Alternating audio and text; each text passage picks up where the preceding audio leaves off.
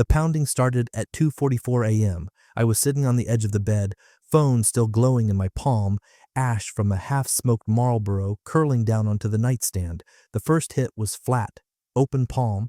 The second had weight behind it. Then came the voice, cracked, frantic, splashing down the hallway like gasoline. Please, just open the door. But I didn't move. I'd seen enough. 10 minutes before, my wife, who swore she was pulling a double shift to cover a missing nurse, finally replied to my late-night text. Just 3 words longer than silence. Super busy with work. I'll be home in the morning. I stared at those words like they were written in blood. I wasn't some suspicious lunatic. I'd waited, I'd trusted, but tonight I wasn't guessing. I already knew. So I typed back one sentence that ripped through the lie like a razor. I know about your work. Hope he was worth it. If you've made it this far and any of this feels like a punch to the gut, hit like and subscribe. Most people just listen quietly, but that one click tells the team these stories matter. I didn't hear anything for half an hour. No typing bubble, no dots. Just the black screen and the quiet tick of the kitchen clock. 3:12 a.m., then 3:13. Then came the knock, then the screaming. Her voice didn't even sound like her. It was wild, panicked like something hunted. It's not what you think, she yelled. Please, please, let me explain. I stood barefoot on the wood floor, arms crossed, watching her through the peephole. Her hair was tangled, like it had been pulled, one earring in, her blouse, inside out. The Uber was still idling by the curb with the hazard lights on, driver looking bored, tapping at his screen. I didn't speak.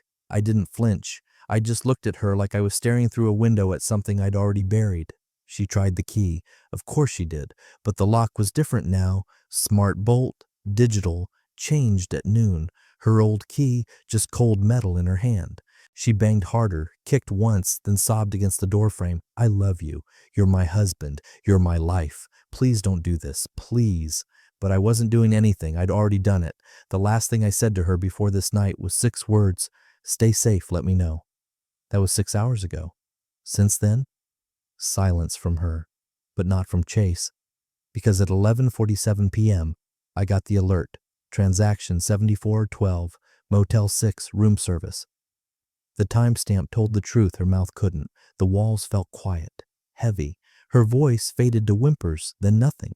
At 4:07 a.m., the Uber left. She stayed curled on the porch a while longer, knees pulled up, face buried. I watched until she finally got up, shaky and slow, and walked barefoot down the driveway like a woman crawling out of a dream.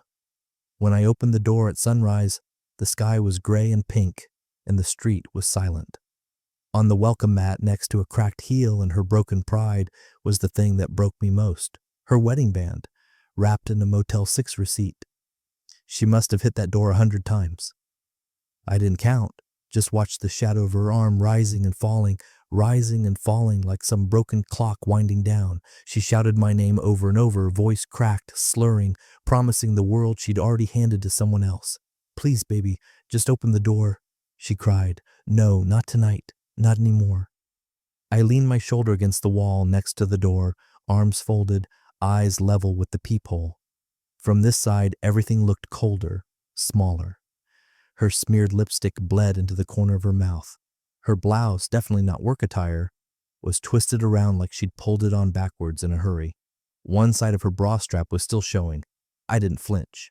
I didn't pity her. The Uber sat there the whole time, hazards blinking. I wondered how long the driver would wait. 5 minutes? 10? I watched her glance back once, frantic, then yell something even she couldn't believe. It didn't mean anything. We didn't even... She stopped mid-lie. There it was, the tell. She realized mid-sentence she couldn't walk that one back. Not when I'd already changed the locks. Not when Chase had time-stamped her betrayal. Not when the Motel 6 was only 13 minutes from her office but 32 from ours. I'd unscrewed the old lock that afternoon. The new one blinked red every time she jammed her key into it, desperate and confused like the world had shifted without her consent. I had the power now, and I didn't need to raise my voice to prove it. At some point, maybe around 3:40, she slid down the door and sat there, back pressed against it like she could somehow melt through. Her sobs got quieter, then stopped altogether. I couldn't tell if she'd passed out or just run out of things to cry about. At 4:17, the Uber finally pulled away. Left her there, arms around her knees, staring into nothing. I turned off the hallway light and let the house fall into full silence. I didn't sleep. I just sat in the kitchen, one finger tracing the rim of the coffee mug she always used, the one that said, "Mrs. Always Right." The irony wasn't funny. Nothing was. I wasn't angry anymore. I wasn't even disappointed. That was the part that scared me. I didn't feel much of anything. By 7:03 a.m., the porch was empty. The sun was up. Sky clean and sharp. I opened the door, not expecting anything, but there it was. One heel. Black. Size 7. Resting against the terracotta flower pot I'd bought for our 4th anniversary, the same pot she once said made the house feel like a home. Now it was just decoration for a graveyard of trust. The other heel? Who knows? Maybe she left it in the motel. Maybe Tyler's got it. I closed the door gently. She wasn't locked out anymore. She was just out. By the time the sun started bleeding through the blinds, I'd already made the first 5 changes. Her contact? Gone. Blocked on everything. I didn't even bother to give it a custom label before I erased it, just a number now, if she dared try again. Her photos? Deleted with a flick of my thumb. I hesitated on one, the one where she was wearing my old college hoodie, curled on the couch, pretending she was watching the game. She never liked football. That one stung for a second, then gone. I took a trash bag and cleared her drawer like it was infected. Every tank top, every bottle of overpriced dry shampoo, the jade roller she swore by. I left the drawer open and empty, let it echo like a hole cut into the middle of the house. There were still smudges of her foundation on the edge of the bathroom mirror. I wiped those too. At 8:12 a.m., I started digging through the files. We had separate checking accounts for play money and a joint for bills. I'd set it up that way. Never thought I'd need to weaponize it, but I'd already pre-signed the transfer forms weeks ago, just in case. I didn't think I'd use them. Now I did. Account split. Utilities logged in my name. Her Spotify, gone. My Netflix, password changed.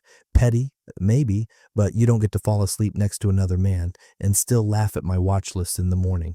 I went down the hallway with a screwdriver in my back pocket, unscrewing the wedding frame we hung after the honeymoon. She was barefoot, standing on a dock, veil blowing sideways. I was laughing. It looked like a love story. It wasn't. I pried the nail out of the wall, pulled down the frame, and cracked the glass on the corner of the kitchen island without even meaning to. That's when I saw the chase alert again. I'd screenshotted it, not to obsess, just to remind myself I wasn't crazy. I had proof, the exact timestamp that turned love into evidence. Motel 6, 11:47 p.m., 7412, room service. I stared at it for a minute, lips pressed together, heart not even pounding anymore. Just still. It was the room service item that did it. Extra pickles. Not champagne, not chocolate. Not even something passable. Pickles, extra pickles. I don't know why that broke me. Maybe it was because she used to gag at the smell of them. Maybe it was because she never let me order them on burgers at home. Too vinegary, she used to say. I laughed so hard I dropped the screwdriver. It clanged off the tile and skidded under the fridge. I didn't bother reaching for it. Instead, I walked back to the bedroom, pulled off the sheets, stuffed them into a trash bag, and tied it closed like a body I didn't want to identify. I wasn't mourning. I was cleaning. This wasn't grief. It was protocol. You don't bury a marriage like a person. You erase it like a stain. By 9:15, the house smelled like lemon cleaner and betrayal, and the fridge still had a jar of her favorite pickles. I set it on the counter, took a Sharpie, and wrote across the label, "Hope he was worth it." It was the 7th day after she vanished from the house like smoke. No calls, no texts, just silence, until silence itself became background noise. I'd spent most of that Sunday going through the garage, trying to reclaim some square footage and maybe shake the feeling that every inch of this house had been touched by her, stained by what she did. I started with the old tool bench, then the bins of Christmas lights, then the stack of boxes she labeled seasonal and never once opened. One of them had her college yearbooks. I didn't open those either. Then I got to the trunk. Wooden, scuffed, metal latches that stuck unless you hit them just right. My dad gave it to me before he passed, told me to keep it closed unless I needed to remember where I came from. Inside it were 3 things: A Polaroid of him crouched next to a Huey in '72, a pocket knife with his initials carved into the side, and his old Vietnam jacket. Except now, it wasn't there. The knife was there, the photo was there, but the jacket, gone. At first, I thought maybe I'd moved it, or maybe it was at the cleaners, but deep down, I knew better. I hadn't touched that jacket in years. Neither had she, at least, not until she packed up whatever fit into that duffel bag and vanished into Tyler's passenger seat. I stood there for a long time, hand still hovering in the empty trunk, like the jacket might materialize if I blinked hard enough. It didn't. Instead, the garage light buzzed above me and my phone vibrated in my pocket. I pulled it out. Notification. TikTok. I never used it much. Just kept the app to monitor my niece's dance videos and laugh at cooking fails. But this wasn't that. It was one of those auto-suggested videos from a guy named Tyler. At first, I didn't recognize him, just some idiot with 2 white teeth and a gold chain that looked 3 payments behind. He was shirtless, standing in someone's messy bedroom, filming himself in the mirror. But the jacket? That hit me like a gut punch. Olive green, threadbare in places, still had the faded S. Maddox name patch on the chest, my father's jacket. A jacket that had seen monsoons and gunfire and grief and survival. And now it was draped across the tattooed shoulders of a man who couldn't spell honor if it slapped him. Then he grinned at the camera, lifted his phone and said, "Vintage fit for cheating on my girl's husband. Blessed." I didn't blink, didn't swallow. My hand slowly lowered the phone to the workbench. My fingers curled into fists, knuckles tight. For a long moment I just stared at nothing. My jaw clenched so hard it hurt. I wasn't angry. I was beyond angry. This wasn't just about betrayal anymore. This was desecration. This was theft. This was mockery stitched in olive thread. He wore my father's jacket like it was a costume. She gave it to him like it meant nothing. And now the whole world could watch it, looped in 15 seconds of ego and idiocy. It wasn't the cheating that broke me. It was the smile, the smug, stupid, gleaming smile of a man proud to spit on everything I built, everything I came from, everything my father bled for. My phone buzzed again. A comment on the video, LMAO legend. Another, he about to steal her and her man's wardrobe. That's when I decided something. This wouldn't be about getting even. It'd be about getting clean. And when I was done, no one would be laughing. There's a certain kind of silence that settles over a house after betrayal. Not peaceful, not still, just sterile. Like the walls are waiting for someone to apologize. So I filled the time with chores. Busy hands keep thoughts from turning to knives, or so I told myself. That afternoon I found the anniversary scrapbook. I hadn't meant to. I was cleaning out the hall closet, rearranging boxes and dumping old scarves into the donation pile. The scrapbook was buried beneath a stack of board games we never played. She'd called it corny when I first gave it to her, smiled, said it was sweet, then tossed it onto a shelf and never opened it again. I sat down right there on the carpet and flipped through the pages. Concert stubs, movie tickets, a photo of us at a pumpkin patch, her idea, my allergies, notes I'd written in the margins, things I loved about her when I still believed love was a shield. It felt like holding a ghost by the hand. The next thing I did was stupid. I'll own that. I opened her old iPad. She left it behind without wiping anything, like it didn't matter, or like she forgot it even existed. I didn't go digging through texts. I wasn't looking to punish myself. I just tapped the Photos app, scrolled down to the albums, and that's when I saw it. Devitt Daddy. I paused, blinked, thought maybe I was reading it wrong. Maybe autocorrect. Maybe something else. Nope. It was a whole folder. 46 images, memes, reaction GIFs, screenshots of Danny DeVito dressed like a gremlin, a troll, a perverted Santa, captions like, "Me after 3 glasses of wine and vibe check failed." At first, I thought it was ironic, a joke between friends, something stupid she shared with her girls. But then, I remembered the TikTok. Tyler, no shirt, my dad's jacket, that smug grin, and just over his right shoulder, something I hadn't caught the first time. A face, not his, tattooed, on his back, Danny DeVito, right there on the scapula, staring wide-eyed into the mirror like some cursed guardian of bad decisions. I choked, laughed, coughed. I actually had to put the iPad down and step into the kitchen just to breathe again. It wasn't just the infidelity anymore. It wasn't even about Tyler. It was about her taste, her actual literal taste. I had poured myself into a marriage, written her love letters, planned trips, cooked dinners, listened to hours of her podcast rants about skincare conspiracies. And this is who she chose? A man who worshipped Danny DeVito so much he had the man's face permanently inked on his back like a saint? I poured a glass of bourbon, leaned against the sink, and let the absurdity crash over me. She left a man who bought her flowers every Friday for someone whose idea of foreplay probably involved quoting It's Always Sunny in Philadelphia. I should have been furious. I wasn't. I was free. Because once you realize the woman you loved traded your future for a man with Danny DeVito's face on his back, there's no room left for pain, only laughter. Dark, guttural, uncontrollable laughter. And somewhere in that ugly noise, I felt the first crack of real healing. The text came while I was changing the oil in the driveway, hands covered in grease, mind finally starting to enjoy the quiet hum of a life without her chaos. It buzzed twice, short, insistent. I wiped my fingers on an old shirt, pulled the phone from my pocket, and there it was, Linda, her mother, the same woman who once cried at our wedding like she was handing her daughter off to royalty, who used to call me her rock, who made me banana bread every Thanksgiving, who once told me I was the only man who ever made her daughter feel safe. Now she had one sentence for me. You need to forgive. Jesus says so. I stood there for a full 30 seconds just staring at the screen, oil dripping from the filter, my hand shaking not from rage but disbelief.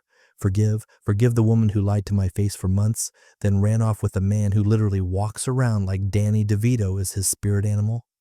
Forgive the woman who wore my father's war jacket as a throwaway costume for her next Boy Toys TikTok clout.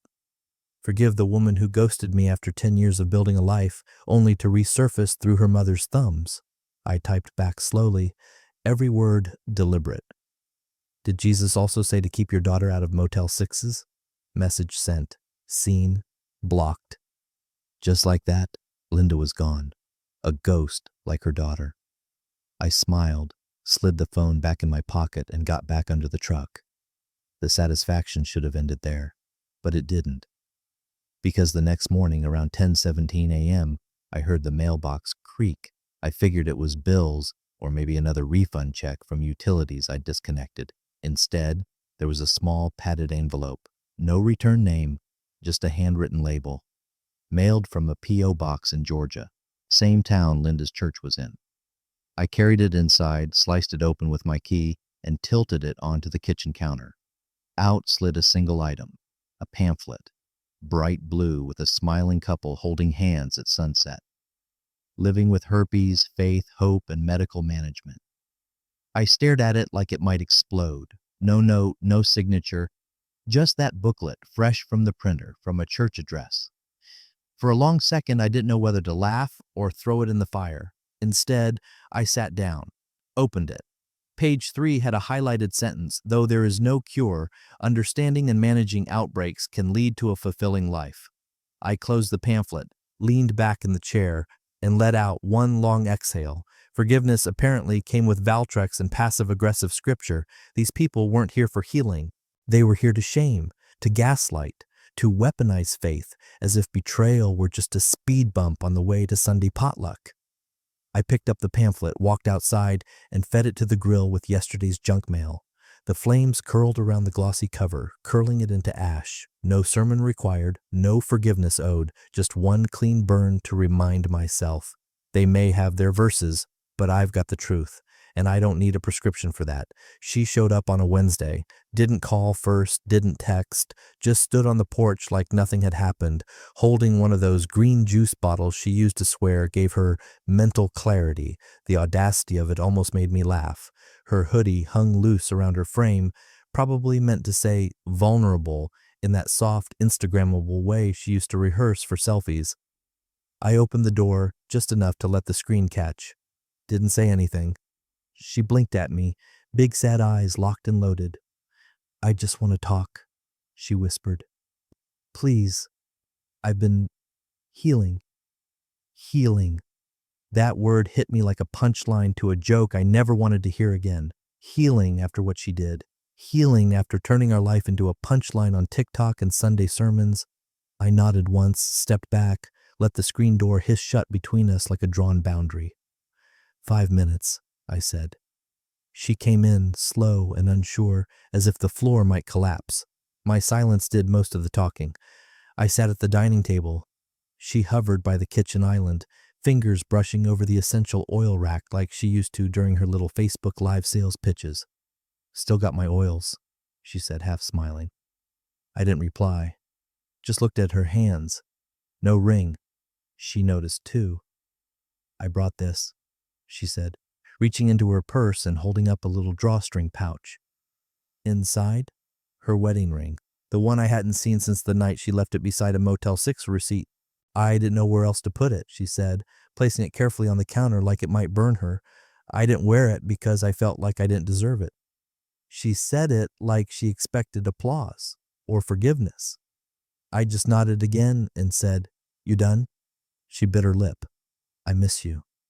I stood up, took the pouch, walked past her to the oils, unscrewed the cap of the peppermint blend she used to peddle like a cure-all, and dropped the ring right inside. Let it sink to the bottom, metal swirling beneath the floating herbs and lies. "For the next guy," I said quietly. "Hope it helps him breathe through the nausea." She looked like she wanted to cry. Maybe she even did. I don't know. I was already walking her to the door. And the syringes? Yeah, I'd seen them in her makeup bag earlier that week when she dropped by to pick up a few things. Fancy little collagen fillers she swore kept her looking refreshed. She'd left them on the counter while talking to me like we still had a future, so I made a slight adjustment, drained them, refilled each one with a carefully measured mix of hyaluronic gel and sriracha extract. Enough to sting, enough to swell. Nothing that'd kill her, just a reminder that not everything fake improves with time. I never got to see the aftermath in person. But 2 days later, her Instagram stories vanished. Her backup account posted a blurry quote graphic about letting go of toxicity, and someone on Facebook asked if she'd had an allergic reaction or just more filler this time. I smiled. That was the first smile I didn't feel guilty about in weeks. Some men go full scorched earth. I preferred precision burns. Let her lips pout. Let her oils tingle with regret. Let the next man wonder why every kiss tastes like vinegar and spice. Me, I slept like a baby, because karma, unlike collagen, doesn't fade. I didn't go looking for it. That's the part people never believe. I wasn't stalking her, doom scrolling, or sitting in the dark, refreshing her name like a wound I wanted to reopen. I found it the way most ugly truths surface now, accidentally, through the side door of the internet, a message request, no name I recognized, just a link and one line, "Is this your wife?" I stared at it for a long second before tapping. Curiosity isn't weakness, it's human. The page took a moment to load. Then there it was, her face, cropped carefully, smile tilted just enough to look playful, not desperate, a username that tried too hard to sound ironic, and right beneath it in smaller text, a second name tagged as a collaborator, Tyler. Of course, I didn't scroll far, I didn't need to. The bio told me everything I needed to know. New beginnings, no judgment, couple content, a price tier, a discount link, all wrapped in pastel fonts like it was a bake sale instead of a public demolition of every moral sermon her mother ever shoved down my throat. I closed the page and set the phone down. For a minute, I felt nothing. Then I laughed once. Short, sharp. Not because it was funny, because it was inevitable. She couldn't just disappear quietly. She had to monetize the wreckage. I made coffee, sat at the table, thought about Linda, about the pamphlet, about forgiveness and faith and the way her church ladies used to smile at me like I was the answer to their prayers, about how my wife used to lead PTA meetings with color-coded folders and a voice that said, "Trust me, I'm organized." Then I opened my laptop. Her church had a group chat, 37 women, potlucks, prayer requests, carpool schedules. I wasn't in it, obviously, but Linda had added me once years ago by mistake, never removed me. I'd muted it and forgotten it existed, until now. I copied the link, created a fresh email, no name, no photo, just clean, anonymous, untraceable. I pasted the link into the chat and added one line of text, polite and cheerful, the way they all sounded when they pretended not to judge. Hi ladies, Linda's daughter spreading the good word, 10% off with code BLESSED. Then I hit send. The typing bubbles appeared almost immediately. 3 at once, then vanished, then came back. Then the chat went dead silent for exactly 2 minutes. After that, chaos. Messages flew in faster than I could read them, shock, confusion, a few clumsy attempts at defending her that died almost instantly. Someone asked if it was hacked. Someone else said they'd prey on it. One woman, Karen of course, typed, "This is not appropriate for this group." I closed the laptop and didn't look back. I didn't need to, because by that evening her name disappeared from the PTA roster. The shared Google Drive revoked her access. The sign-up sheet for the fall fundraiser updated without her. A quiet, surgical erasure carried out by women who believed in order above all else. She was gone faster than a dropped casserole at the wrong kind of party. No confrontation, no screaming phone calls, no explanation requested, just consequences. Later that night, my phone buzzed once, unknown number, no message, just a missed call. I didn't return it. I poured a glass of wine, sat back on the couch, and felt something settle in my chest. Not joy, not revenge. Satisfaction, clean, precise, anonymous, the kind that doesn't stain your hands, the kind that lets you sleep. The messages come late now, usually on Sundays, always after midnight, never a full paragraph, just fragments that feel like she's throwing confetti into a storm, half-hearted, too late, already dissolving. You were the love of my life. I miss the way you laughed at my dumb jokes. Remember the drive to Savannah? I don't reply. I don't block her either. There's something satisfying about watching a ghost try to claw her way back through a locked door she burned herself out of. When I do answer, it's never with words, just a photo. The same one every time. A cropped screenshot of the Motel 6 room service receipt. 7412, extra pickles, no remorse. She knows what it means. It's become our unofficial tombstone. The last time she tried calling, I was waist deep in a lake at sunrise, casting a line into water so still it felt like glass. I didn't answer, didn't need to. Tyler had already moved on. Shocker. Turns out, a guy who tattoos Danny DeVito on his back isn't exactly built for long-term commitment. Now she's trying to sell essential oils to his new girlfriend. Saw it through a mutual friend's shared post. Healing from within. She wrote under a picture of herself holding a diffuser like it was a magic wand. I laughed so hard I nearly fell off the dock. Somewhere along the way, I stopped checking her socials altogether. I stopped caring who she was dating, what filters she used, or how many warrior goddess quotes she recycled from Pinterest, because while she was busy rebranding her shame into empowerment, I started living again. Fishing became my peace.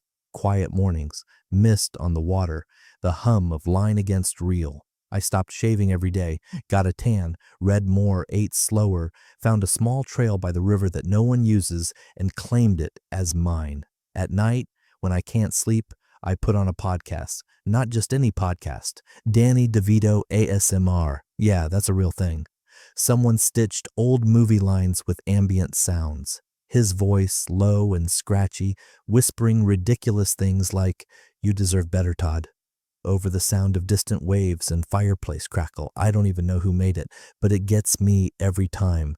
And the truth is, I do deserve better, not in some triumphant, revenge-fueled Hollywood way, just quietly, honestly, deeply, because I didn't scream, I didn't sabotage, I didn't turn myself into a monster to beat hers. I just stepped out of the mess and never went back.